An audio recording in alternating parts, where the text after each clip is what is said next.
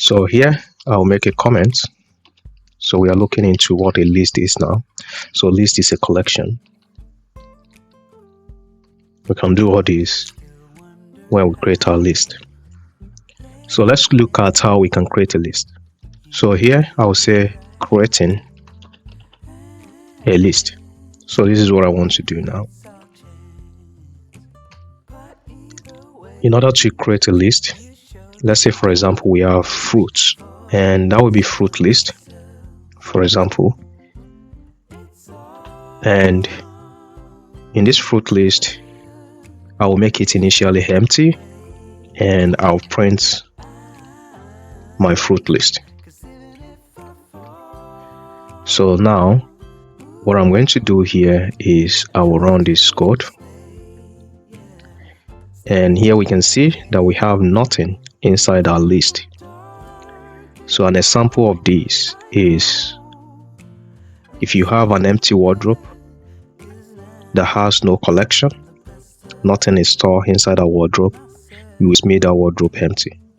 But if you put something inside the wardrobe, you can put as many as possible that you want. So let's say for example we had banana into our wardrobe, maybe for example, and later we decide to add orange into that wardrobe, so the wardrobe will be able to take it. And if we decide now to later add watermelon, so our wardrobe should be able to take it.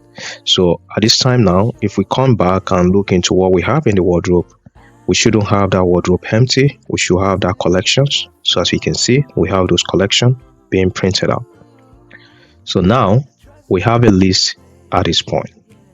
So what we are going to do next is to look at how we can access the elements in the list. So I'll make a comment here and I'll say accessing elements in the list. So this is what we want to do next. In order to access the elements in the list, we need to take the variable that stores that list. So this variable now is what we call fruit list, which we can maybe refer to as a wardrobe or as a food storage. It depends. So let's say this is a food storage that we have at home, and we need to access the first fruit that we have in this collection, and which is the banana. And what is going to happen is this: we're going to say fruit list, and the square brackets, we will open that, and accessing the fruit list based on index, which we already discussed. So this will be located in the index position of 0, or this entirely. This will be located in the depth of 1, and this is located in the depth of 2. So if we need a banana, we need to print out the result. So at this point, we should be able to get banana out. So if you need orange, you know that this is going to be 1. So let's check that out. And we change this to 1 now, and that will be orange. And if we print, we should be able to get orange out. If you need watermelon, you can go to your fruit storage and take your watermelon at that position where you put that watermelon, and the position where the watermelon is located is position 2, and here we should be able to get the watermelon out.